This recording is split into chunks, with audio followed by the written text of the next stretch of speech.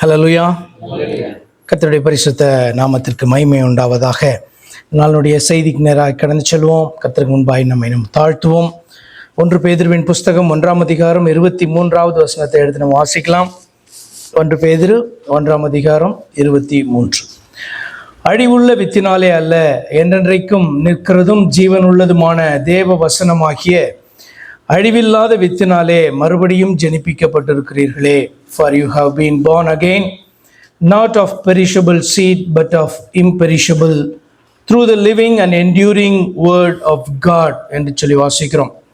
அப்போ இதில் தேவ வசனமாகிய வித்தினாலே, தேவ வசனத்தினாலே நாம் மறுபடியும் பிறந்திருக்கிறோம் என்று சொல்லப்பட்டிருக்கிறபடினாலே இந்த நாளுடைய செய்தியின் தலைப்பு தேவ வசனம், வேர்ட் ஆஃப் காட். கண்களை மூடுவோம். அன்பாய் நேசிக்கிற எங்கள் பரிசுத்த பிதாவே, இந்த நல்ல நாளுக்காய் நாங்கள் நன்றி செலுத்துகிறோம். இந்த வேலைக்காய் ஸ்தோத்திரம். உம்முடைய சமூகத்திலே உம்முடைய நாமத்தினாலே நாங்கள் கூடும்படியாக கர்த்தர் கிருபை பாராட்டினீங்க. ஆண்டவரே, உம்மை ஆராதிக்கவும் துதிக்கவும் ஸ்தோத்தரிக்கவும் உம்மை நோக்கி நாங்கள் ஜெபிக்கவும் கர்த்தர் கிருபை செய்தீங்க. இந்த நேரத்திலும் ஆண்டவரே, உம்முடைய ஆலோசனைகளை கேட்க பண்ணினீங்க. அப்படியே உம்முடைய செய்தியை இந்த நேரத்திலே நாங்கள் கேட்கும் பொழுது ஆண்டவரே, நாங்கள் உணர்வுள்ள ஜனங்களாக ஆண்டவரே நாங்கள் காணப்பட கர்த்தர் கிருபை செய்யுங்க. எங்களுக்கு பிரயோஜனமாய் இது இருப்பதாக கர்த்தராகிய இயேசு கிறிஸ்துவின் நாமத்தில் ஜெபிக்கிறோம் அருமை பிதாவே, ஆமென். ஹல்லேலூயா. தேவ வசனம், வேர்ட் ஆஃப் காட். இந்த தலைப்பை பார்த்தோன்னே உங்களுக்கு இது சண்டே கிளாஸ் பிள்ளைங்களுக்கு சொல்லிக் கொடுக்க வேண்டியதான ஒரு காரியம் அப்படின்ற மாதிரி தோணும். உண்மைதான். ஆக்சுவலாக இது சில கற்றுக்கொள்கிறதற்காக தான் அந்த செய்தி. காரணம் என்னென்னா, தேவ வசனமாகிய வித்தினாலே நாம் ஜனிப்பிக்கப்பட்டிருக்கிறோம் என்று பேதுரு நம்ம ரட்சிக்கப்பட்ட விதத்தை, மறுபடியும் பிறந்த விதத்தை குறித்து சொல்லும்போது அவர் சொல்லுகிறார். அப்போ ஒரு இன்ட்ரடக்ஷனாக சில காரியங்களை நான் உங்களுக்கு முதலாவது சொல்ல விரும்புகிறேன். தேவ வசனம். வசனம் அப்படின்னு சொன்னால் உங்களுக்கு தெரியும், வசனிக்கிற வார்த்தைகள், உரையாடல் என்று அர்த்தம். நீங்கள் கேள்விப்பட்டிருப்பீங்களா, வசனகர்த்தா அப்படின்னு என்ன அர்த்தம்? வசனகர்த்தானா அவருடைய மனதிலே தோன்றுகிறதான காரியங்களை அவர் என்ன பண்ணுறாரு, வசனங்களாக பேசும்படி எழுதுகிறார். அதனால தான் வசனகர்த்தா, அவருக்கு தோன்றினது அப்படின்னு அர்த்தம் இல்லையா? அப்போ வசனம் அப்படின்ற வார்த்தையினுடைய அர்த்தம் என்னென்னா, வசனிக்கிறதான காரியங்கள், உள்ளே காணப்படுகிற காரியத்தை நம்ம என்ன பண்ணுறோம், கான்வர்சேஷனில் கொண்டு வருகிறோம். அதுதான் வசனம். தேவ வசனம்னா என்ன அர்த்தம்? தேவ வசனம்னா தேவனால் வசனிக்கப்படுகிறவைகள், தேவனுக்குள் காணப்படுகிறவைகள். தேவன் தன்னுடைய சிந்தை, தன்னுடைய யோசனை, தன்னுடைய விருப்பம், தனக்குள் காணப்படுகிறதை ஆண்டவர் நமக்கு அறிவிக்கிறார் அல்லவா? அதுக்கு பேர் தான் தேவ வசனம். வேத வசனம்னா என்ன? வேத வசனம் அப்படின்னு சொன்னால் வேத வாக்கியங்கள், அல்லது நம்ம இந்த வேதாகமம் என்று சொல்லுகிறோம்ல, ஆங்கிலத்தில் பார்த்தீங்கன்னா இதுக்கு பேர் ஸ்கிரிப்சர்ஸ் அல்லது பைபிள் என்று நம்ம சொல்லுகிறோம். பைபிள்னா என்ன அர்த்தம்? பைபிள்னா ரொம்ப சிம்பிளாக புக்குன்னு அர்த்தம். கிரேக்க மொழியில் பைபிள் அப்படின்னு சொன்னால் அதுலேருந்து வந்தது தான் அந்த பைபிள். பைபிள்னா புத்தகம், புக்குன்னு அர்த்தம். அப்போ வேத வசனம் அப்படின்னு சொன்னால் வேத வாக்கியங்கள் அல்லது ஸ்கிரிப்சர்ஸ், எழுதப்பட்ட, தேவன் அனுமதித்து அல்லது தேவன் ஏவி இந்த ஜனங்க இதெல்லாம் இந்த புத்தகத்தில் கொண்டு வரணும்னு வச்சாங்க பாருங்க, அதுக்கு பேர் தான் பார்த்தீங்கன்னா வேத வாக்கியங்கள். வேதாகமம் அப்படின்னு சொன்னால் வேதம் ப்ளஸ் ஆகமம் ரெண்டுத்தையும் சேர்த்து தான் என்னுடைய தொகுப்பு தான் வேதாகமம். வேதம்னா மறை, கேள்விப்பட்டிருக்கீங்களா? மறைநூல். மறைநூல் நீங்கள் கூட திருக்குறளை குறித்து கேள்விப்பட்டிருக்கீங்க, பொதுமறை அப்படி சொல்லுவாங்க. என்ன அப்படின்னு சொன்னால், பொதுவாக ஜனங்களுக்கு தேவையான எல்லா மாரலான காரியங்கள் அதில் எழுதப்பட்டிருக்கும். அப்போ மறை அப்படின்னு சொன்னால் மறைக்கப்பட்டிருக்கிறதான காரியங்கள், அதை எடுத்து வாசித்து உண்மையாக விரும்புகிறவர்களுக்கு அதில் மறைத்து வைக்கப்பட்டிருக்கிற காரியங்கள் அதில் தெரியும். அப்போ வேதம் அப்படின்னு சொன்னால் மறைநூல் என்று அர்த்தம். ஆகமம் என்று சொன்னால் வழிபாட்டு நூல். இது ரெண்டையும் சேர்த்து தான் இதுக்கு பேர் என்ன பண்ணாங்க, வேதாகமம் என்று தமிழில் வைத்தாங்க. புரிகிறதற்காக பரிசுத்த வேதாகமம், தேவனால் அருளப்பட்டபடினாலே பரிசுத்த வேதாகமம். இதுதான் இன்ட்ரோடக்ஷன்.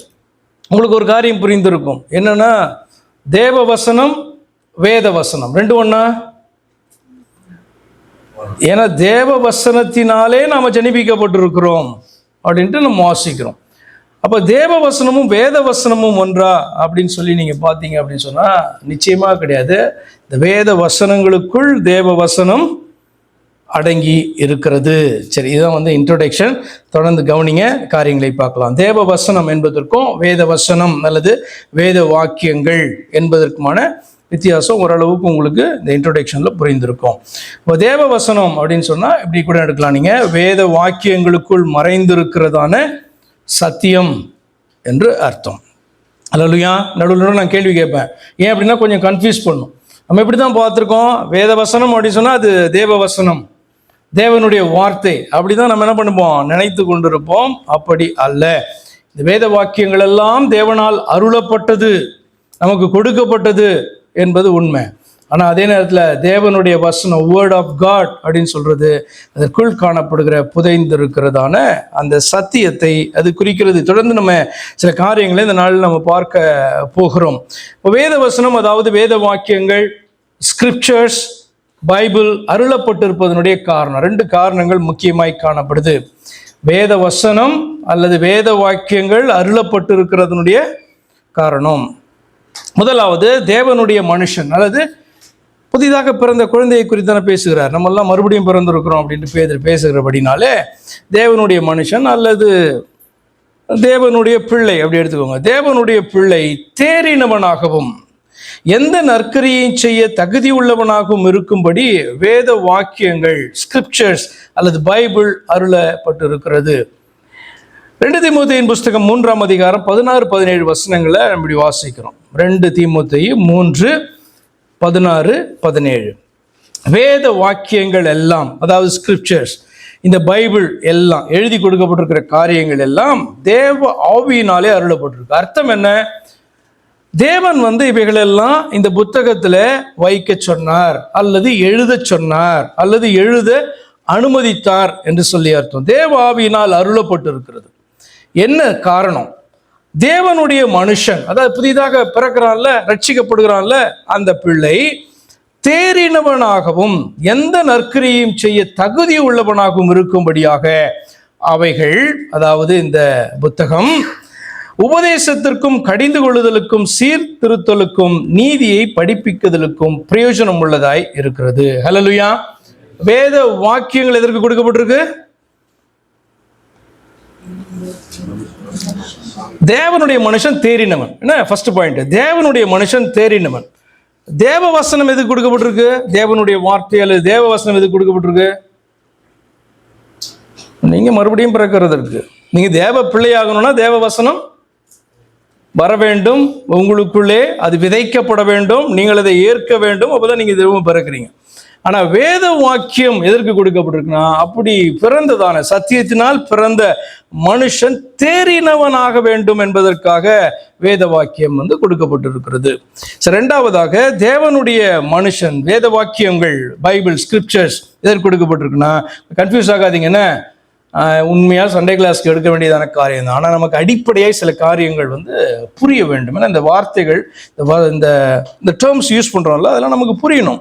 ஸோ தேவனுடைய மனுஷன் நிறைவான வளர்ச்சி அடைவதற்காக வேத வாக்கியங்கள், ஸ்கிரிப்சர்ஸ் அருளப்பட்டிருக்கு. பைபிள் எதற்காக கொடுக்கப்பட்டிருக்கு? அதுக்கு டேர்ம்ஸ் என்னன்னா வேத வாக்கியங்கள்னு சொல்லலாம், வேத வசனம் அப்படின்னு சொல்லலாம். அப்போ இவைகள் எதற்காக கொடுக்கப்பட்டிருக்குன்னா, அடுத்ததாக இந்த பிள்ளை பார்த்தீங்கன்னா, தேவ பிள்ளை அல்லது தேவ மனுஷன் நிறைவான வளர்ச்சியை அவன் அடைய வேண்டும் என்பதற்காக கொடுக்கப்பட்டிருக்கு. எபேசியர்ல 4ஆம் அதிகாரத்தில் 10லேருந்து சில வசனங்களை வாசிக்கலாம். எபேசியர் 4ஆம் அதிகாரம் 10வது வசனத்திலிருந்து வாசிக்கலாம். இறங்கினவரே எல்லாவற்றையும் நிரப்பத்தக்கதாக எல்லா வானங்களுக்கு மேலாக உன்னதத்திற்கு ஏறினவருமாய் இருக்கிறார். இறங்கினவரே அப்படின்னு சொல்லும்போது நமக்கு முதலாவது கேள்வி எழும்ப வேண்டும். எங்கிருந்து இறங்கினார்? எங்கேயாவது மலையில குடியிருக்கிறவரா, மலையிலிருந்து இறங்கினாரா, அல்லது எங்கிருந்து இவர் இறங்கினார் என்கிற ஒரு கேள்வி வரும்பொழுது பாருங்க, யோவான் 3:13 இப்படி வாசிக்கிறோம். பரலோகத்திலிருந்து இறங்கினவர். இறங்கினவர்னா என்ன அர்த்தம்? பரலோகத்திலிருந்து இறங்கினவரும் பரலோகத்தில் இருக்கிறவருமான. அப்ப பரலோகத்தில் இருக்கிறதான தேவன் இந்த பரலோகத்திலிருந்து பூமிக்கு இறங்கினார் என்று சொன்னால் பரலோகத்தை விட்டு இறங்கினார் என்ற அர்த்தம் அல்ல. பரலோகத்தில் இருந்து கொண்டே அவர் இந்த பூமிக்கு என்ன பண்றாரு? மனுஷனாக வெளிப்படுகிறார் என்பதுதான் பரலோகத்திலிருந்து இறங்கினவரும் பரலோகத்தில் இருக்கிறவருமான மனுஷகுமாரனே அல்லாமல். அர்த்தம் என்ன? பரலோகத்தின் தெய்வம் மனுஷகுமாரனாக இந்த பூமிக்கு அவர் வெளிப்பட்டார் அல்லது இறங்கினார் என்று சொல்லி பார்த்தீங்கன்னா வாசிக்கிறோம். அப்படியானால் இறங்கினவரே அப்படின்னா பரலோகத்தின் தெய்வம் இந்த பூமியில நாம் இருக்கிறதான அந்த பூமியில நம்மை போல ஒருவராக அவர் இறங்கி வந்தார் அல்லது தோன்றினார் அல்லது தன்னை வெளிப்படுத்தினார். அப்ப இந்த இறங்கினவரே எல்லாவற்றையும் நிரப்பத்தக்கதாக எல்லா வானங்களுக்கும் மேலாக உன்னதத்திற்கு ஏறினவருமாய் இருக்கிறார். தேவன் எல்லா இடத்தையும் நிரப்பத்தக்க வல்லமை உள்ளவர் என்று எல்லாருக்கும் தெய்வ நம்பிக்கை உள்ளதான எல்லாருக்கும் தெரியும். ஆமாவா இல்லையா? எந்த மதத்தை மார்க்கத்தை சார்ந்தவர்களாக இருந்தாலும் நம்மை உண்டாக்கினதான தெய்வம் என்பவர் சகலவற்றையும் நிரப்ப வல்லமை உள்ளவர் என்று சொல்லி எல்லாருக்கும் தெரியும். 11ஆம் வசனம், மேலும் நாம் அனைவரும் தேவனுடைய குமாரனை பற்றும் விசுவாசத்திலும் அறிவிலும் ஒருமைப்பட்டவர்களாகி கிறிஸ்துவனுடைய நிறைவான வளர்ச்சியின் அளவுக்கு தக்க பூரண புருஷராகும் வரைக்கும். 11ஆம் வசனம் இப்படி சொல்லுகிறது. என்னன்னா, இது மட்டுமல்ல, இறங்கினவர் எல்லாவற்றையும் நிரப்பத்தக்கதாக அப்படின்னு சொல்லிட்டு 12ஆம் வசனம், மேலும் நாம் அனைவரும் தேவனுடைய குமாரனை பற்றும் விசுவாசத்திலும் அறிவிலும்.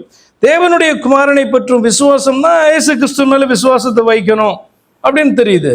அது என்ன? அறிவிலும் ஒருமைப்பட்டவர்களா எல்லாரும் பைபிளை வாசிக்கிறவங்க அல்லது இயேசு கிறிஸ்துவை நம்புகிற ஒவ்வொருவருமே இந்த அறிவிலே ஒருமைப்பட்டவர்களாய் காணப்படணும். இந்த அறிவு எல்லாருக்கும் ஒரே மாதிரி காணப்படணும் என்று அவர் விரும்புகிறாராம். ஒருமைப்பட்டவர்களாகி கிறிஸ்துவினுடைய நிறைவான வளர்ச்சியின் அளவுக்கு தக்கதாக பூரண புருஷராகும் வரைக்கும். 12ஆம் வசனம், பரிசுத்தவான்கள் சீர்பொருந்தும் பொருட்டு சுவிசேஷ ஊழியத்தின் வேலைக்காகவும் கிறிஸ்துவின் சரீரமாகிய சபையானது பக்தி விருத்தி அடைவதற்காகவும் அவர் சிலரை அப்போஸ்தலராகவும் சிலரை தீர்க்கதரிசிகளாகவும் சிலரை சுவிசேஷகராகவும் சிலரை மேய்ப்பராகவும் போதகராகவும் ஏற்படுத்தினார். நிறைய பேர் இந்த 5 விதமான ஊழியங்களை குறித்தெல்லாம் பேசுகிறதை நீங்கள் கேட்டிருப்பீங்க. சபையில் 5 விதமான ஊழியங்கள் இருக்கு.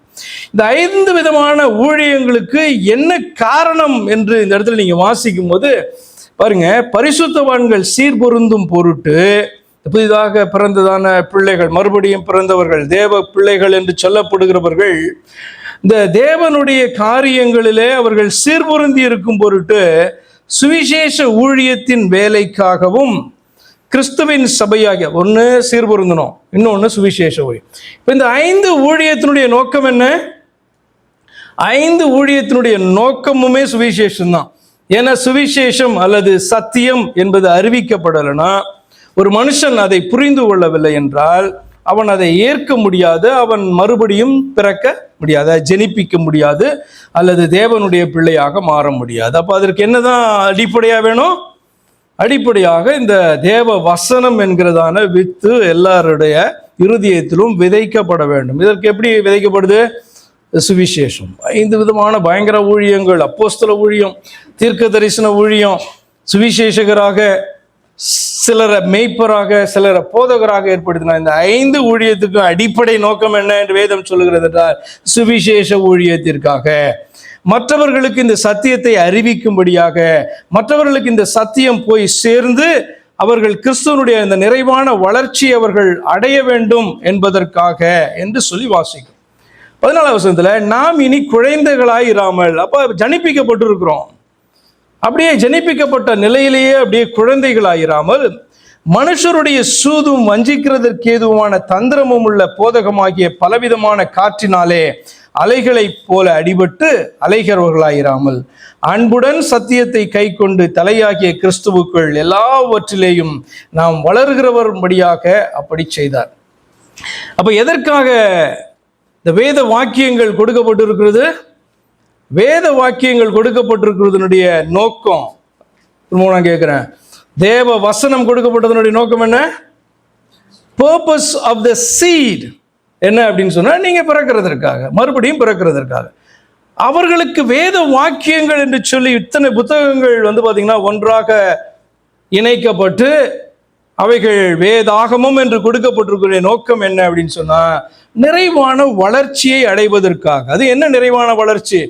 இறங்கினவர் பார்த்தீங்கன்னா எல்லா இடத்தையும் தேவனாக நிரப்பி கொண்டிருக்கிறவர் தான். ஆனால் இங்கே மனிதனாக ஒரு இடத்துல இறங்கி நம்மளை ரட்சிக்கிறதற்காக மனிதனாக தன்னை வெளிப்படுத்தினார் அல்லவா. இவர் எல்லாவற்றையும் நிரப்புகிறதான தேவன் என்கிறதான அறிவு எல்லாருக்கும் உண்டாக வேண்டும் என்று சொல்லி தேவன் விரும்புகிறாராம். அப்ப இனி குழந்தைகளா இருப்பதுன்னா என்ன அர்த்தம்? சொல்ல குழந்தையா இருக்கிறாங்க அப்படின்னு சொன்னா இந்த அடிப்படையான அறிவு கூட இல்லாதபடிக்கு இந்த மனுஷகுமாரன் என்று சொல்லப்படுகிறவர் வேறொருவர் என்று சொல்லுகிறவர்கள், வியாக்கியானம் பண்ணுகிறவர்கள், நம்புகிறவர்கள், பிரசங்கிக்கிறவர்கள் அத்தனை பேரும் தேவனுடைய பார்வையில் எப்படி காணப்படுறாங்க? குழந்தைகளாக காணப்படுறாங்க. ஏன் தெரியுமா குழந்தைகளாக காணப்படுறாங்க? அவர்கள் இன்னும் பார்த்தீங்க அப்படின்னு சொன்னா தேவனை அறியாதவர்களாக அவர்கள் காணப்படுறாங்க. அப்ப விசுவாசத்திலும் அறிவிலும் அத்தனை பேரும் கிறிஸ்தவர்கள் என்று சொல்லப்படுகிற இறங்கினவர் இன்னார் என்று அறிந்தவர்கள் அத்தனை பேரும் அவர்கள் இந்த அறிவிலே அவர்கள் உரிமைப்பட்டவர்களாக அவர்கள் காணப்பட வேண்டும். ஹல்லேலூயா. ரெண்டு காரணம் கொடுக்கப்பட்டிருக்கு வேத வாக்கியம். என்ன? ஒன்று, தேவனுடைய மனுஷன் தேறினவனாகணும், அந்த பிள்ளை தேறினதாகணும். அடுத்து பார்த்தீங்கன்னா அந்த பிள்ளை நிறைவான வளர்ச்சியை அடைய வேண்டும் என்பதற்காக இவைகள் கொடுக்கப்பட்டது. அப்போ நம்ம இன்னைக்கு கூட பாடினோம் அல்லவா,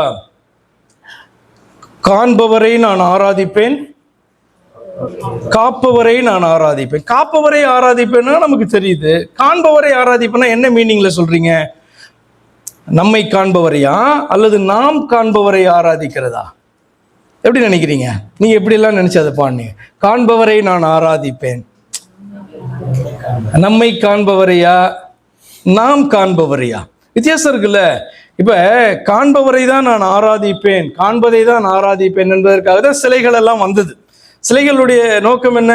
தெய்வத்தை காண முடியவில்லை, சிலையை கண்டால் நான் தெய்வத்தை காண்கிறேன், இட் ரெப்ரசன்ட்ஸ் மை காட் அப்படின்னு சொல்லி என்ன பண்றாங்க, அதை வச்சு ஆராதிக்கிறாங்க. இல்லை மணக்கண் முன்பாக சிலர் கொண்டு வந்து ஆராதிக்கிறேன். நான் உங்களை கேட்கிறேன், நீங்கள் காண்பவரை ஆராதிப்பேன் சொன்னால் உங்களை காண்பவரையா நீங்கள் காண்பவரையா?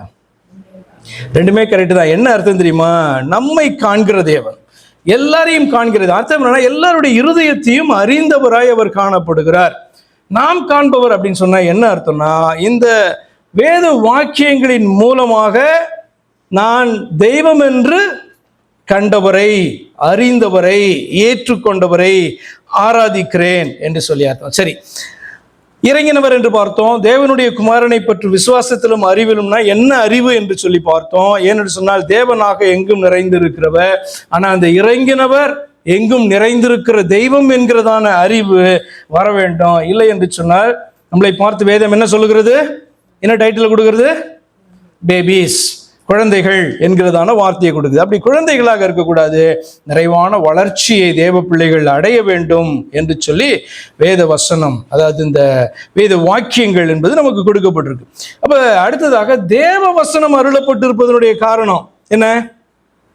திரும்ப திரும்ப கேட்பேன், ஏன் அப்படின்னா உங்களுக்கு கன்ஃபியூஸ் பண்றதான காரியம். தேவ வசனம் வேத வசனம் கன்ஃபியூஸ் பண்ணுவோம். அப்ப தேவ வசனம் கொடுக்கப்பட்டிருக்கிறதுனுடைய காரணம் என்ன? ரீட் அகைன், திரும்பவும் வாசித்து பாருங்க இந்த தியான வசனத்தை. 1 பேதுரு 1:23 என்ன வாசிக்கிறோம்? அழிவுள்ள வித்தினாலே அல்ல, என்றென்றைக்கும் நிற்கிறதும் ஜீவன் உள்ளதுமான தேவ வசனமாகிய அழிவில்லாத வித்தினாலே மறுபடியும் ஜனிப்பிக்கப்பட்டிருக்கிறீர்களே. அப்ப தேவ வசனம் இந்த வேத வசனத்திற்குள் வைக்கப்பட்டிருக்கிறதுனுடைய காரணம் என்ன அப்படின்னு சொன்னா, அவைகளினாலே நாம் என்ன பண்ணணும்? மறுபடியும் பிறக்கணும். இதை வாசித்து இதில் இருக்க சத்தியத்தை அறிகிற மனுஷன் அதை ஏற்றுக்கொண்டு அதனாலே அவன் தேவ பிள்ளையாக மாற வேண்டும் என்கிறதற்காக கொடுக்கப்பட்டிருக்கிறது. சரி, தேவ வசனம் என்பதை குறித்து தான் இன்றைக்கு நம்ம என்ன பண்ண போறோம், பார்க்க போகிறோம். உங்களுக்கு ஒரு ஐடியா பார்த்தீங்கன்னா வந்திருக்கும். ஐ ரிப்பீட், தேவ வசனம் என்றால் வேத வசனம் அல்லது வேதாகமம் என்று அர்த்தம் அல்ல. தேவ வசனம் என்றால் தேவனால் வசனிக்கப்பட்டவைகள், இப்படி சொல்லலாம்.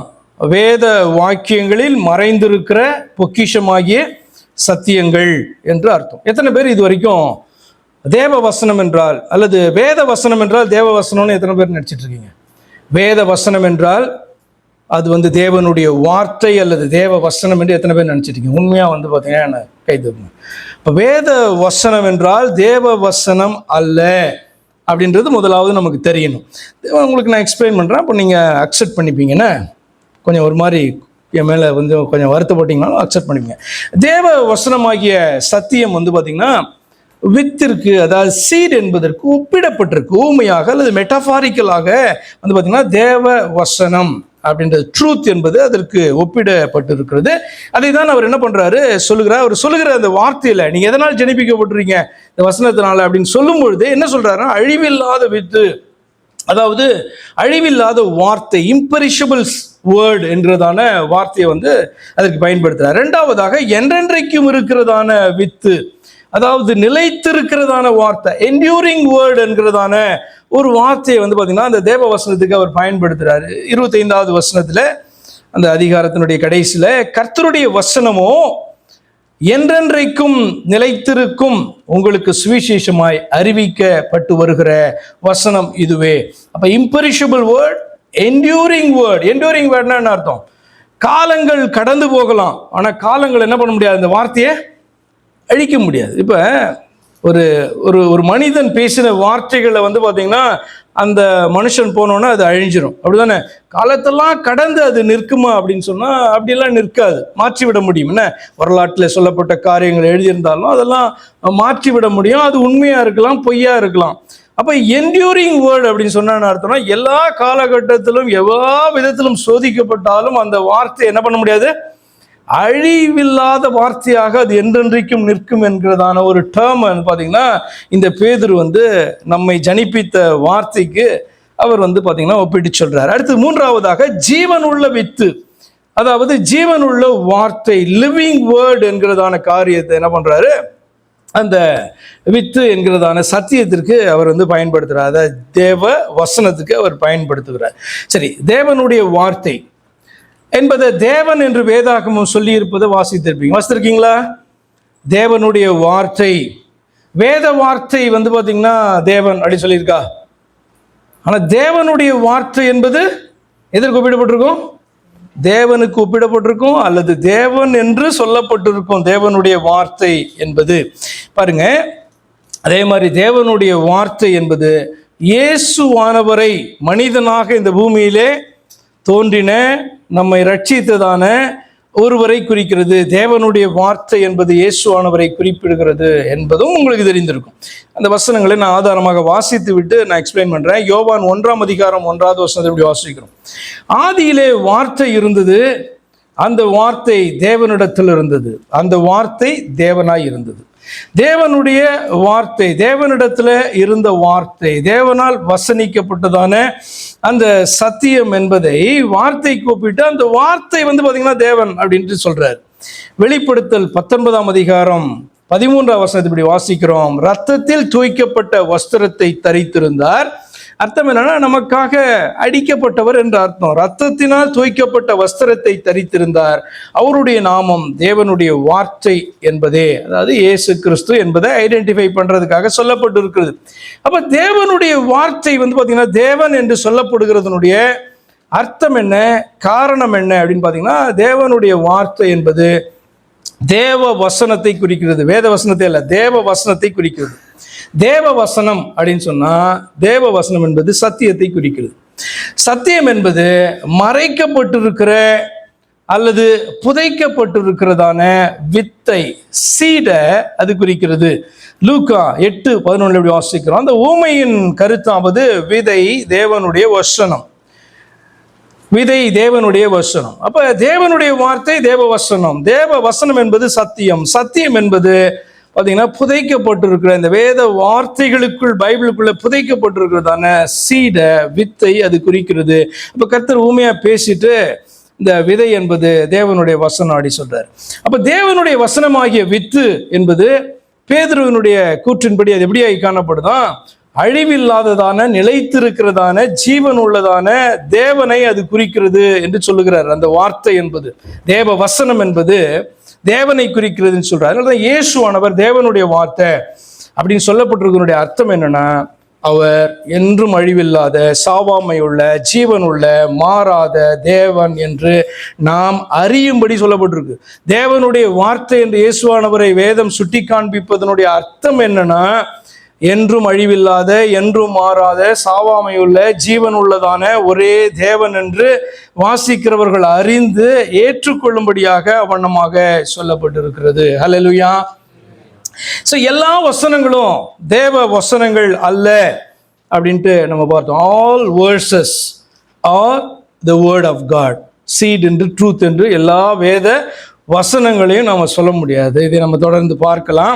வேத வசனங்களிலே தேவ வசனங்கள் உண்டு. ஹல்லேலூயா. அப்படியே கொஞ்சம் திரும்ப அலர்ட் பண்ணுறதுக்கு, வேத வசனம்னா என்ன, வேத வசனங்கள்னா என்ன, வேத வாக்கியங்கள்னா என்ன, பைபிள், ஸ்கிரிப்சர்ஸ். நம்ம இன்னைக்கு வாசிக்கிறோம் இல்லையா, இந்த எழுத்து, இதுக்கு பேர் என்ன, இவைகளுக்கு பேர் வேத வாக்கியங்கள் அல்லது வேத வசனங்கள் என்று அர்த்தம்.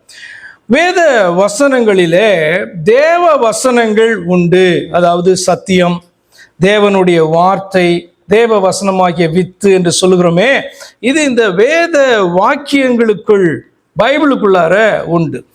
தேவ வசனங்கள் அப்படின்னு சொன்னா அது இயேசுவில் உள்ள வசனங்களை குறிக்கிறது. ஏன் அப்படி நான் சொல்லுகிறேன், வாசிக்கிறேன் பாருங்க. யோவான் 6:68 இப்படி வாசிக்கிறோம். சீமோன் பேதுரு அவருக்கு பிரதியுத்தரமாக, ஆண்டவரே, யாரிடத்தில் போவோம்? நித்திய ஜீவ வசனங்கள் உம்மிடத்தில் உண்டே, என்றென்றைக்கும் மாறாததான, அழிவில்லாததான, எங்களை ஜனிப்பிக்க கூடியதான, வல்லமை உள்ளதான சத்தியம் என்பது உம்மிடத்துல மட்டும்தான் உண்டு. நாங்க வேற எங்க போவோம், யாரை தேடி போவோம் அப்படின்னு சொல்றார். அப்ப தேவ வசனங்கள் என்றால் இயேசுவில் உள்ள வசனங்களை குறிக்கிறது. இயேசுவில் உள்ள வசனங்கள்னா என்ன அர்த்தம்? இப்ப எண்ணில் உள்ள வசனங்கள்னா என்ன அர்த்தம்? எனக்குள்ள என் சிந்தையிலே தோன்றுகிறதான காரியங்கள், எனக்குள்ள இருக்கிறதான காரியங்கள், இதானே என்னுடைய பிளான். இதெல்லாம் நான் சொன்னேன்னா அதுக்கு பேர் என்ன? ஏன் வசனம். இப்போ நீங்க பேசுறீங்க அப்படின்னு சொன்னா உங்களுக்கு எங்கிருந்து பேசுவீங்க? நீங்க உங்களுக்குள்ள இருக்கிற காரியங்களை தானே நீங்க வெளியில கொண்டு வருவீங்க. அது உங்களுடைய வசனங்களாய் காணப்படுது. அப்போ தேவ வசனங்கள் அப்படின்னு சொல்லப்படுகிறது என்ன அப்படின்னா, இயேசுவில் உள்ள, அதாவது தேவனுக்குள்ளே காணப்படுகிறதான வைகள், அவைகள் அவர் வசனிக்கும் போது அதுக்கு பேர் என்ன அப்படின்னு சொன்னா வசனம். அப்ப இதை அறிந்து கொண்டதான பேதுரு ரொம்ப அழகா சொல்றான், நாங்க எங்க ஆண்டவரை போவோம்? நித்திய ஜீவ வசனங்கள், எங்களை மறுபடியும் பிறப்பிக்க கூடியதான வசனங்கள் உம்மிடத்துல உண்டே அப்படி சொல்றாரு. தேவ வசனங்கள் அப்படின்னு சொன்னா கர்த்தராகிய இயேசுவையே குறிக்கிறது. முன்னாடியே பார்த்தோம் நம்ம, அது கர்த்தராகிய இயேசுவையே குறிக்கிறது. ஏன் அப்படின்னு பார்த்தீங்கன்னா, ஏன் முக்கியம் அதுனா, யோவான் 12 23 24 வசனங்கள் எப்படி வாசிக்கிறோம். யோவான் 12 23 24 வசனங்கள். இயேசு ஒரு உவமையை சொன்னார். இயேசு அவர்களை நோக்கி, மனுஷகுமாரன் மகிமைப்படும்படியான வேளை வந்தது. மெய்யாகவே மெய்யாகவே நான் உங்களுக்கு சொல்லுகிறேன், கோதுமை மணியானது நிலத்தில் விழுந்து சாகாவிட்டால் தனித்திருக்கும், செத்ததே ஆகில் மிகுந்த பலனை கொடுக்கும். ரொம்ப சிம்பிளான ட்ரூத். கோதுமை மதி விதைக்கப்பட்டால் அது என்ன பண்ணும்? அது கதிராக வரும். அதில் நிறைய மணிகள், கோதுமை மணிகள் அந்த கோதுமையை போலவே அவைகள் காணப்படும். இயேசுவான ஒரு ஊமையை குறித்து அவர் பேசிட்டு, மனுஷகுமாரன் மகிமைப்படும்படியான வேளை வந்தது. என்ன அப்படின்னு சொன்னா, இந்த கோதுமை மணியானது நிலத்திலே விழுந்து அது சாகாவிட்டால் அது தனித்திருக்கும், ஆனால் செத்ததே ஆகியில் மிகுந்த பலனை கொடுக்கும். அப்ப இந்த கோதுமை மணிக்கு தன்னுடைய சரீரத்தை ஒப்பிட்டு அவர் பேசுகிறார்.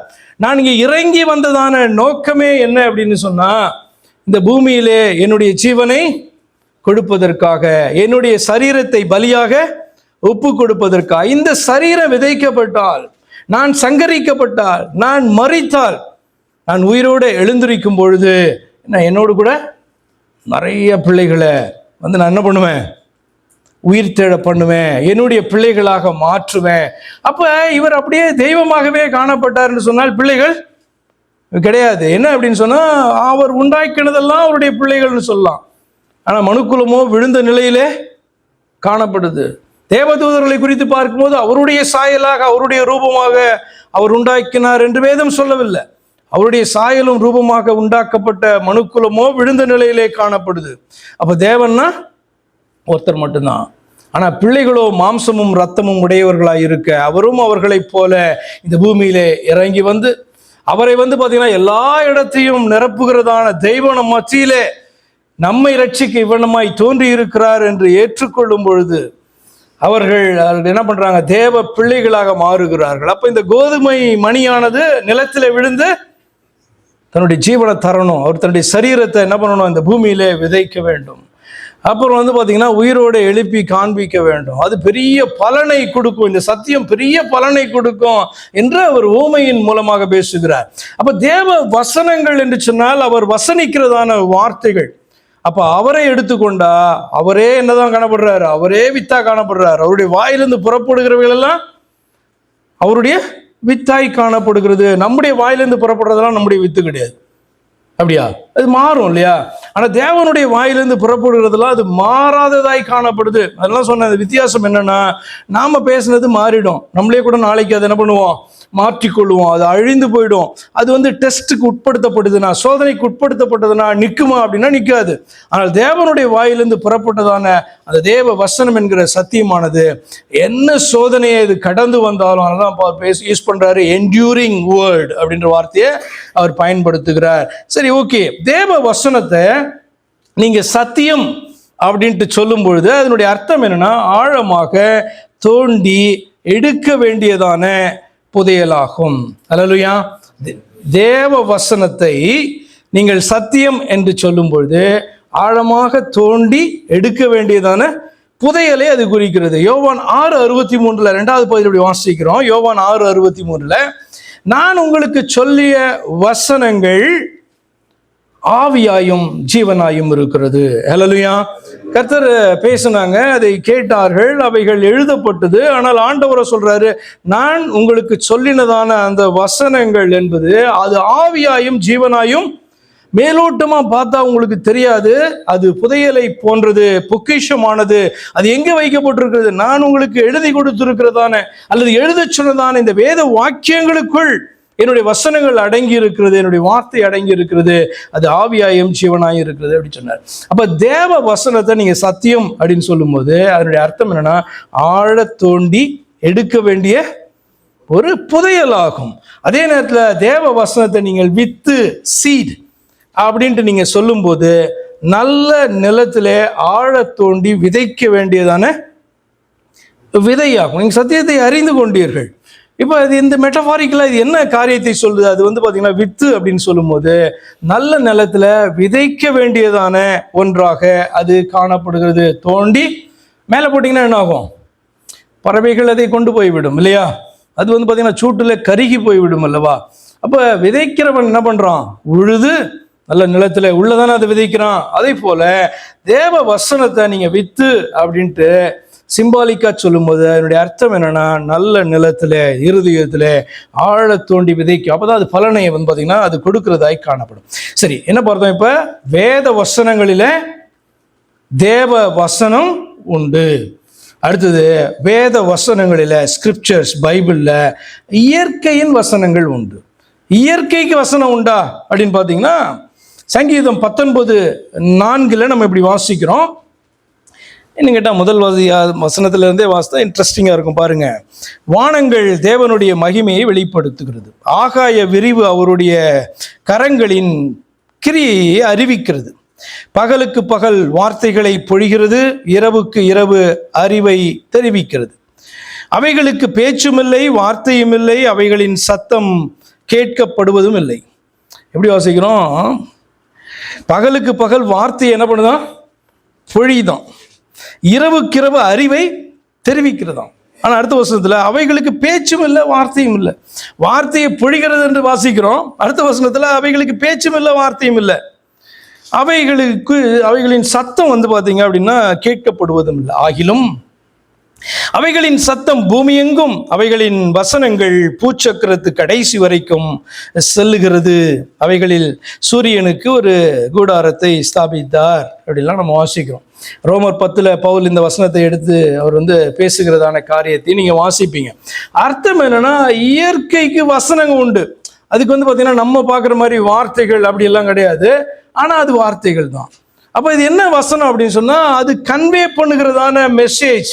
நான் ஒருவரால் நான் படைக்கப்பட்டிருக்கிறேன். நீங்கள் அப்படி வானத்தை பார்த்து பூமியை பார்த்து அப்படிலாம் பார்த்தீங்கன்னா உங்கள்கிட்ட பேசுறதுலாம் கேட்டிருக்கீங்களா? என்ன அர்த்தம் அப்படின்னா, இவைகளெல்லாம் தேவனால் உண்டாக்கப்பட்டவைகள். இவைகளெல்லாம் ஒரு மெசேஜை உங்களுக்கு கொடுக்குது. என்னன்னா, உண்டாக்கினதான ஒரு தேவன் உண்டு, எனக்கு தெரியும், அவர் என்னை பாதுகாக்கிறார், அவர் என்னை நடத்துகிறார், அவர் என்னை வளரச் செய்கிறார், அவர் என்ன பண்றாரு, சஸ்டைன் பண்றாரு. உனக்கு தெரியலையா? அப்ப இந்த இயற்கையெல்லாம் நம்மளை பார்த்து கேட்குதா, உனக்கு தெரியலையா உன்னை உண்டாக்கின தேவனை? எனக்கு தெரியுது. அப்ப இந்த வசனம் சொல்லுகிறது, சங்கீதத்துல 19வது அதிகாரத்துல நம்ம வாசிக்கிறோம், அவைகளின் வசனங்கள் எங்கெல்லாம் போதும், எங்கெல்லாம் ரீச் பண்ண முடியாதோ அங்கெல்லாம் போகுதான், பூச்சக்கரத்து கடைசி வரைக்கும் அது செல்லுகிறது என்று வாசிக்கிறோம். அப்ப வேத வசனங்களில இயற்கையினுடைய வசனங்கள் உண்டு. கர்த்தர் அதை பயன்படுத்துகிறவராக இருக்கிறார். அடுத்து இந்த வேத வசனங்களில் பைபிள் ஸ்கிரிப்சர்ஸ், வேத வாக்கியங்கள் சொல்லுகிறோமே, இதில் மனுஷருடைய வசனங்கள் உண்டு. மனுஷன் பேசுகிறதான காரியங்கள் அதில் உண்டு. யோபு 34 உதாரணத்துக்கு தான் சில இதெல்லாம் நான் எடுக்கிறேன். உங்களுக்கே பார்த்தீங்கன்னா போய் ஆராய்ந்து பார்த்தீங்கன்னா தெரியும், இது மனுஷ வசனமா, இது பார்த்தீங்கன்னா இயற்கையின் வசனமா, இது தேவன் பேசின வசனமா என்னன்றதெல்லாம் உங்களுக்கே தெரியும். யோபு 32:11 வசனத்தில், இதோ உங்கள் வசனங்கள் முடிவு மட்டும் காத்திருந்தேன். யார் அப்படின்னா, யோபுனுடைய ஃப்ரெண்ட்ஸ் 3 பேர் யோபு கிட்ட அவர்கள் அநேக காரியங்களை பேசி விவாதித்து கடைசியில் யோபு பொல்லாதவன் அப்படின்னு என்ன பண்ணிட்டாங்க, அவர்கள் தீர்த்து விட்டார்கள்.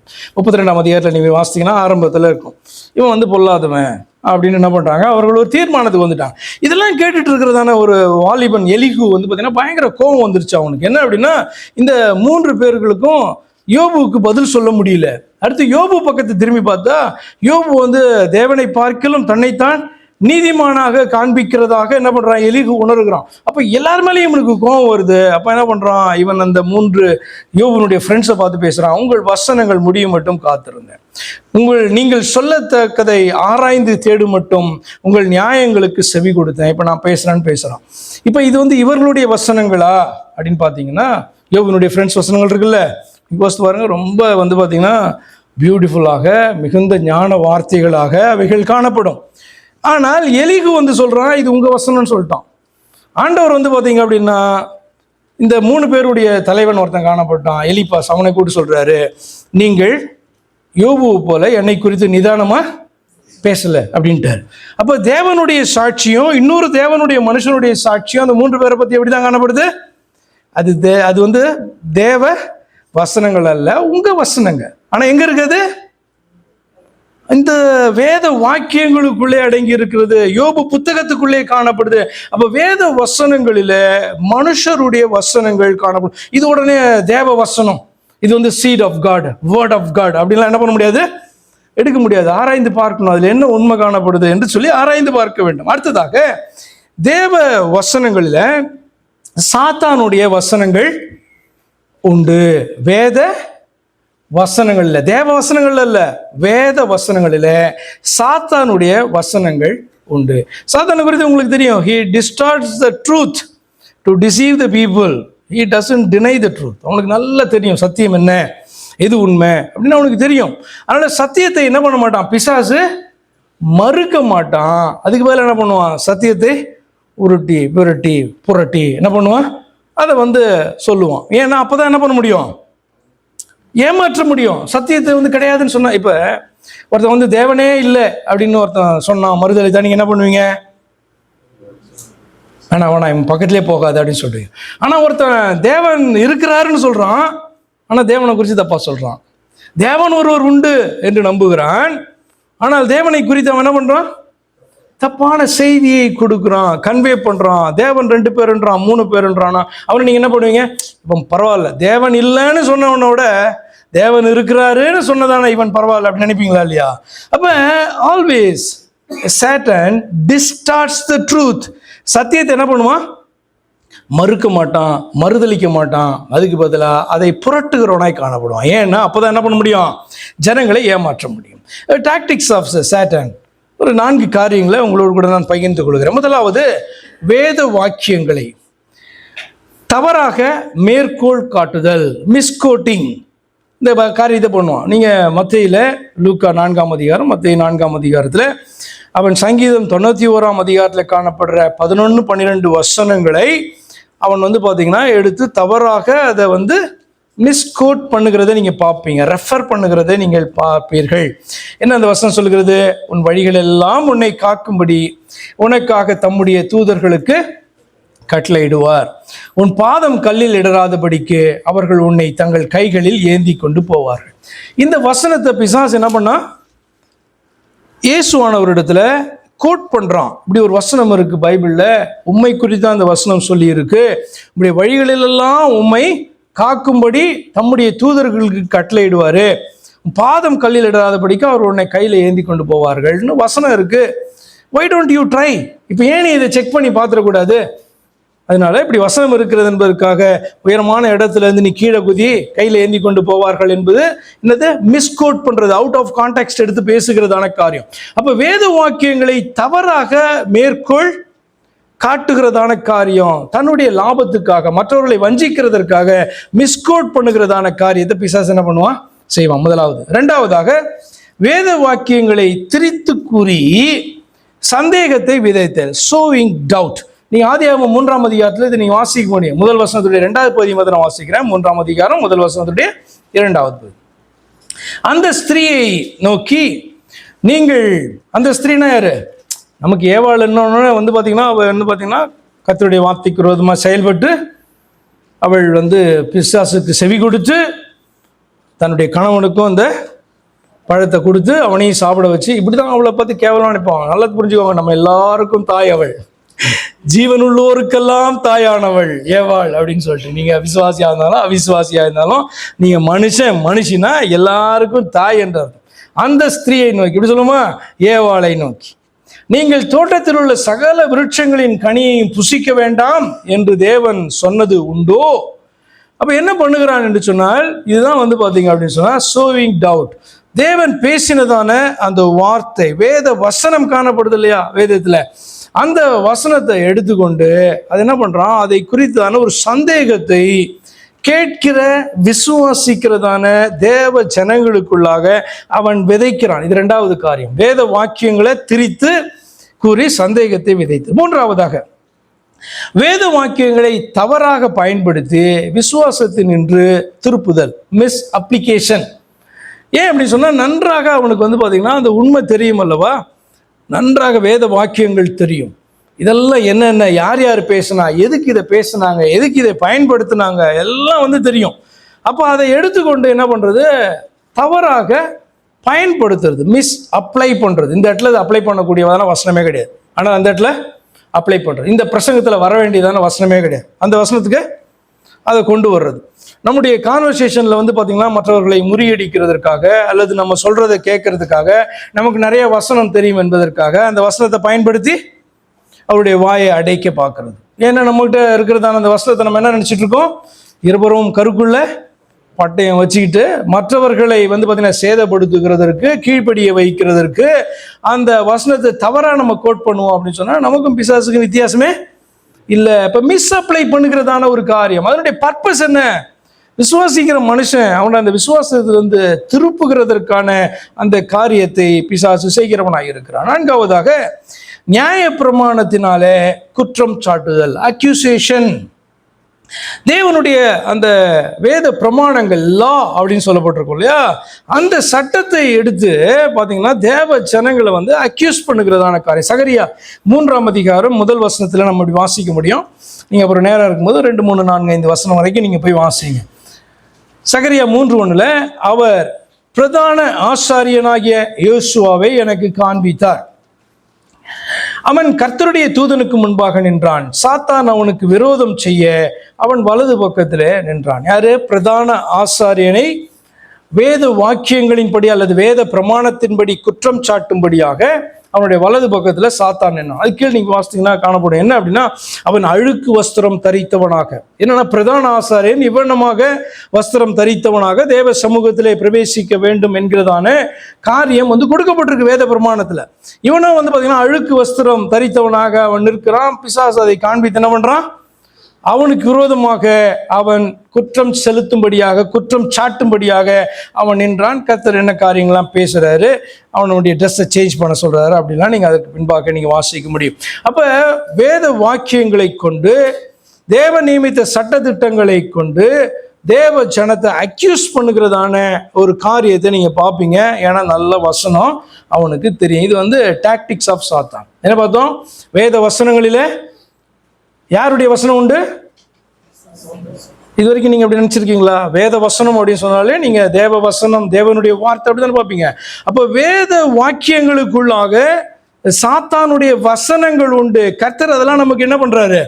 எடுத்து காண்பித்து இப்படியெல்லாம் அவன் ட்விஸ்ட் பண்ணுவான், என்னுடைய வசனத்தை எடுத்து அவன் பேசுவான் அப்படின்றதுதான் அவ்வளவு காரியங்களை வந்து பார்த்தீங்கன்னா இதற்குள்ளாக ஆண்டவர் வைத்திருக்கிறார். அடுத்ததாக வேத வசனங்கள் தேவ வசனங்கள் சில இடங்களில் ஆழமாக தேட அவசியம் இல்லாமல் வாசிக்கிற அனைவருக்கும் விளங்கி கொள்ள ஏதுவாக சொல்லப்படுவது. எப்படிதான் நம்ம வாசித்தோம்? தேவ வசனங்கள் எங்க இருக்கும்? வேத வாக்கியங்களுக்குள்ள இருக்கும். இதுல புதைந்து இருக்கும். இதுல ஆராய்ந்து பார்த்தா தான் கிடைக்கும். அது இப்படிலாம் நம்ம பார்த்தோம். ஆனா சில இடத்துல இந்த தேவ வசனங்கள் என்பது, இப்போ ஆண்டவர் வந்து பார்த்தீங்கன்னா இப்படி பேசிட்டு இது வந்து சத்தியமான வசனங்கள், இது வந்து பார்த்தீங்கன்னா இப்படி அப்படின்ட்டு சொல்ல மாட்டாங்கல்ல. அவர் பேசுகிறது எல்லாமே சத்தியமான வசனங்கள். நீங்கள் ஆராய்ந்து பார்த்தோன்னா தெரியும் இல்லையா?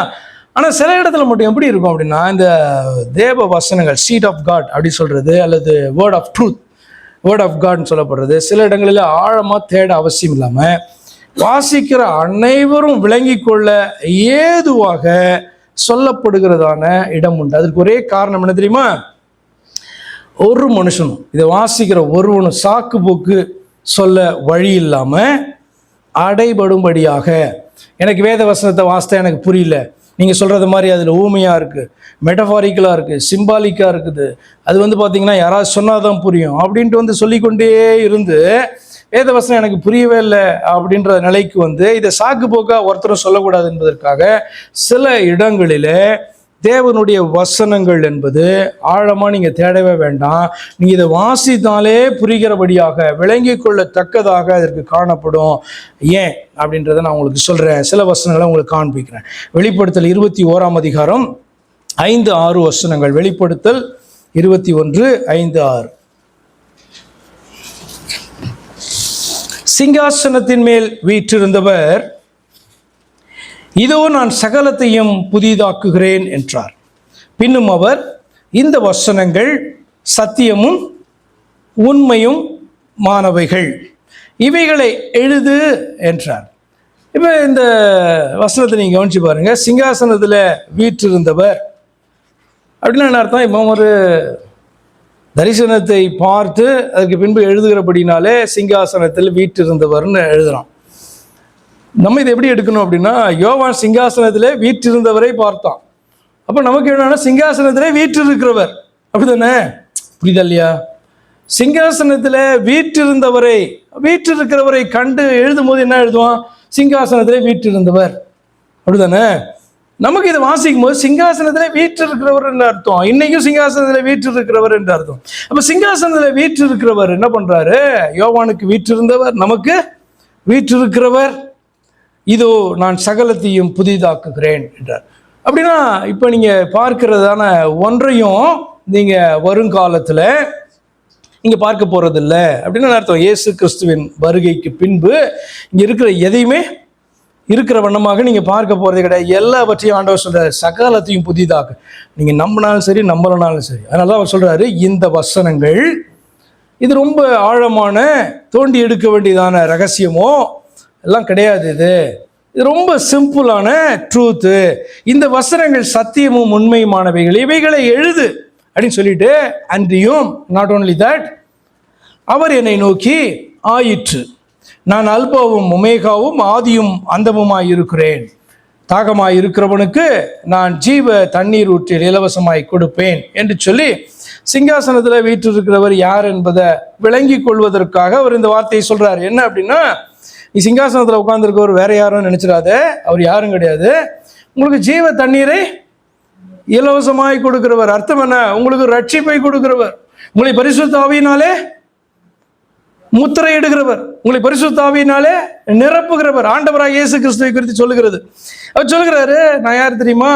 நான் அல்பாவும் ஒமேகாவும் ஆதியும் அந்தமுமாய் இருக்கிறேன், நான் தான் சிங்காசனத்தில் உட்கார்ந்துருக்கிறேன் அப்படி சொல்றாரு. அடுத்து வெளிப்படுத்தல் 22ஆம் அதிகாரம் 6-7 வசனம். அடுத்து 13வது வசனத்தை நம்ம வாசிக்கலாம். அஃப்கோர்ஸ் நாயனார் அக்கௌண்ட் பண்ணுறாங்கன்னா 22 முழுவதுமாக, அப்புறம் வாசிங்க. வெளிப்படுத்தல் 22:6-7. பின்பு அவர் என்னை நோக்கி, இந்த வசனங்கள் உண்மையும் சத்தியமுமானவைகள், சீக்கிரமாய் சம்பவிக்க வேண்டியவைகளை தம்முடைய ஊழியக்காரருக்கு காண்பிக்கும் பொருட்டு பரிசுத்த தீர்க்கதரிசிகளின் கர்த்தராகிய தேவனானவர் தம்முடைய தூதனை அனுப்பினார். இதோ சீக்கிரமாய் வருகிறேன். இந்த புஸ்தகத்தில் உள்ள தீர்க்க தரிசன வசனங்களை கை கொள்ளுகிறவன் பாக்கியவான் என்றார். சொல்லிட்டு, நான் அல்பாவும் ஒமேகாவும் ஆதியும் அந்தமும் முந்தினவரும் பிந்தினவருமாய் இருக்கிறேன். 13வது வசனத்தில் சொல்ற. இங்கே என்ன சொல்றாரு அப்படின்னா, பேசிட்டு இந்த வசனங்கள், நான் பேசுகிறதான இந்த வசனங்களை நீ ஆழமாய் தோண்டி நீ கண்டுபிடிக்கலாம் வேணாம். பேசுறது யார் அப்படின்னு சொன்னா, அல்பாவும் மேகாவும் ஆதியும் அந்தமுமாய் இருக்கிறவர் பேசுகிறார். அவர் யார் என்று சொன்னால், பரிசுத்த தீர்க்கதரிசிகளின் கர்த்தராகிய தேவனானவர், மாத்திரமல்ல சீக்கிரமாக வரப்போகிறவர் என்று சொல்லி தன்னை குறித்து பேசுறார். பேசும்போது அவர் சொல்றாரு, இந்த வசனங்கள் உண்மையும் சத்தியமான. இப்போ ஒரு வசனத்தை பேசிட்டு இந்த வசனம் உண்மையும் சத்தியம்னு சொல்ல வேண்டிய அவசியமே கிடையாது. இப்போ ஊமையை பேசிட்டா இது உண்மையும் சத்தியமான வசனங்கள் அப்படி சொல்லணுமா?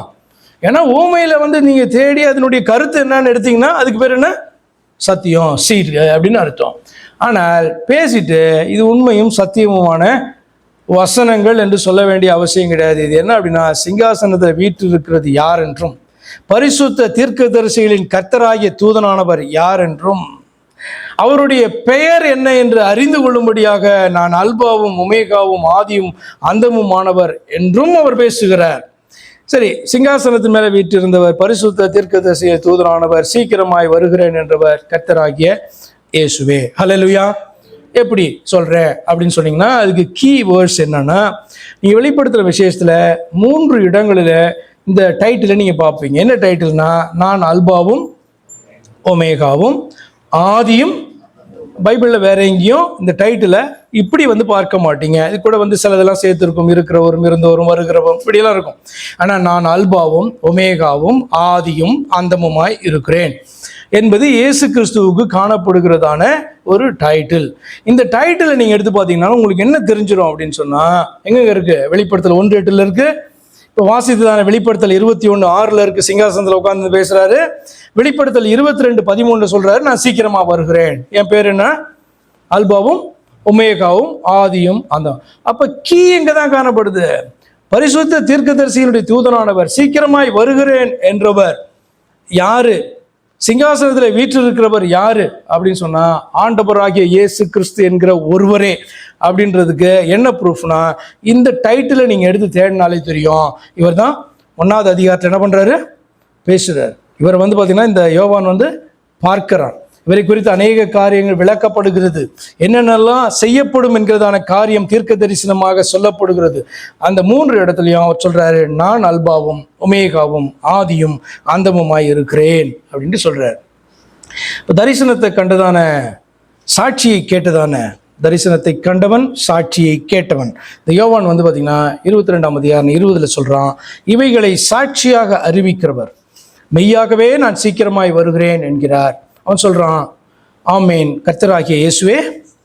அவர் சொல்றாரு, சிங்காசனத்துல இருந்து பேசுகிறவரும் பரிசுத்த ஊழியர்களின் தீர்க்கதரிசிகளின் கர்த்தராகிய தூதனானவரும் நான் வருகிறேன் என்று சொல்லுகிறவர் நான் அல்பாவும் ஒமேகாவும் ஆதியும் அந்தவுமாய் இருக்கிறேன்னு சொன்னார்.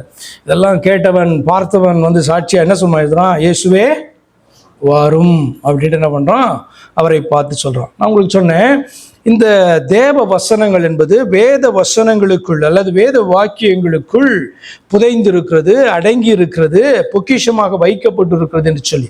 ஆனால் சில இடத்துல மாத்திரம் இப்படி வெளிப்படுத்தல பார்த்தது போல, ஏன் இது என்னுடைய வசனம், இது சத்தியமான வார்த்தை, இது அப்படியே எழுது அப்படின்னு ஆண்டவர் சொல்றாரு அப்படின்னா, ஆதி ஆகமத்திலேருந்து பேசிக்கிட்டே வர்றாரு.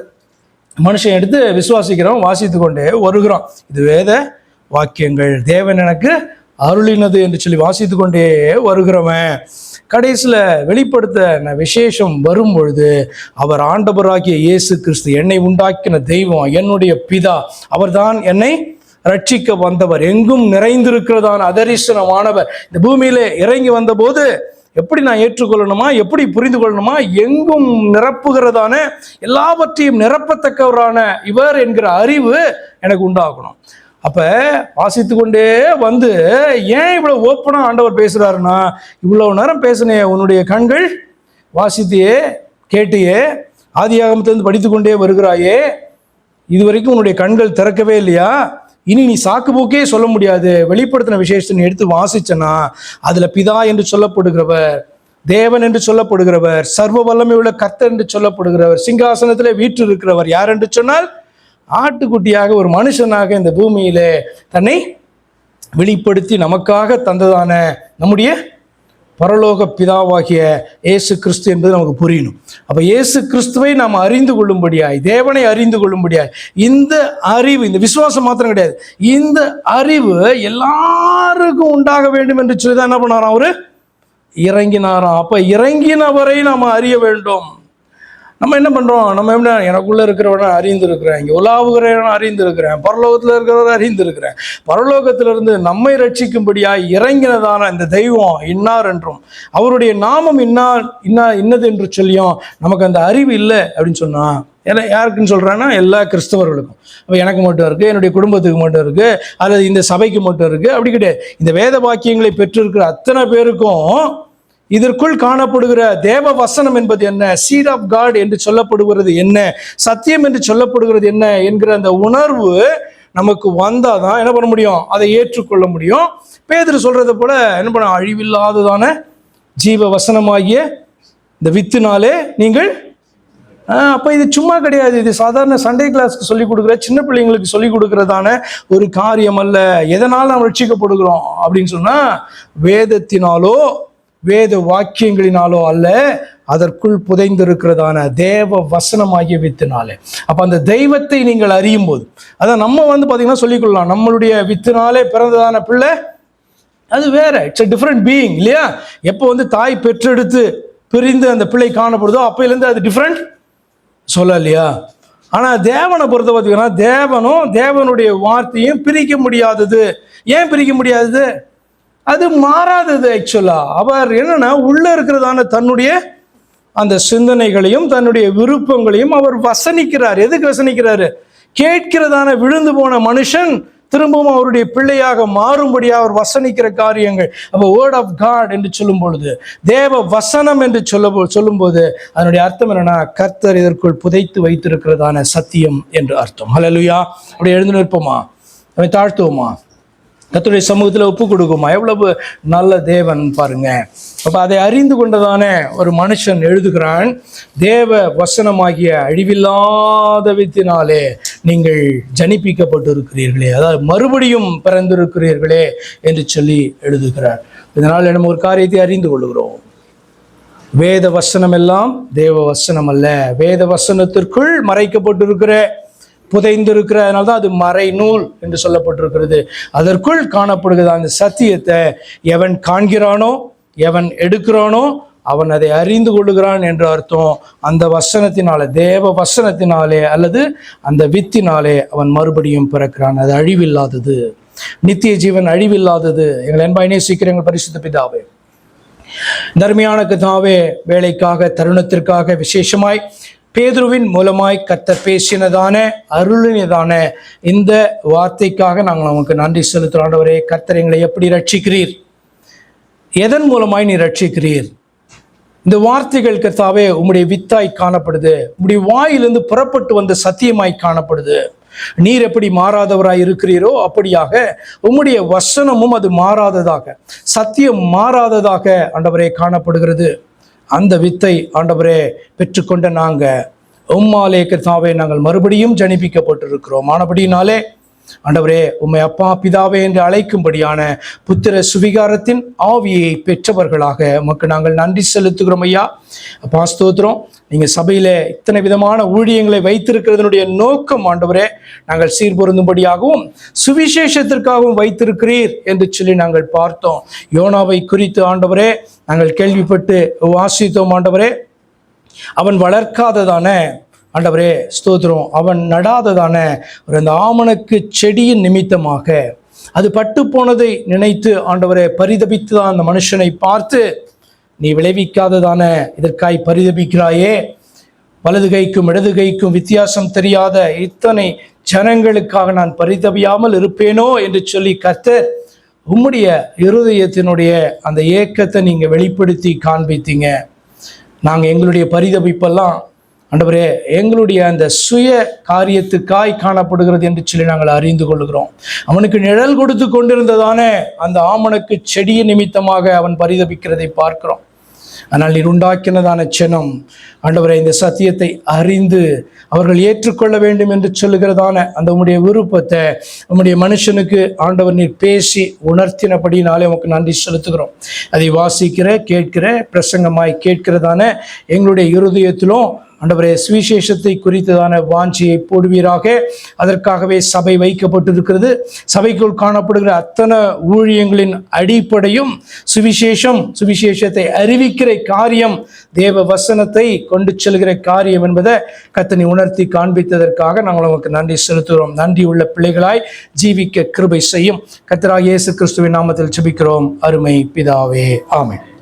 என் ஆத்துமாவே கர்த்தரை ஸ்தோத்திரி, என் முழு உள்ளமே அவருடைய பரிசுத்த நாமத்தை ஸ்தோத்திரி. என் ஆத்துமாவே கர்த்தரை ஸ்தோத்திரி, சகல உபகாரங்களையும் மறவாதே. ஆமென்.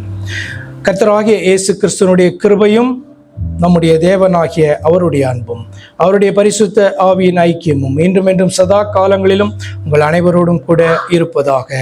ஆமென்.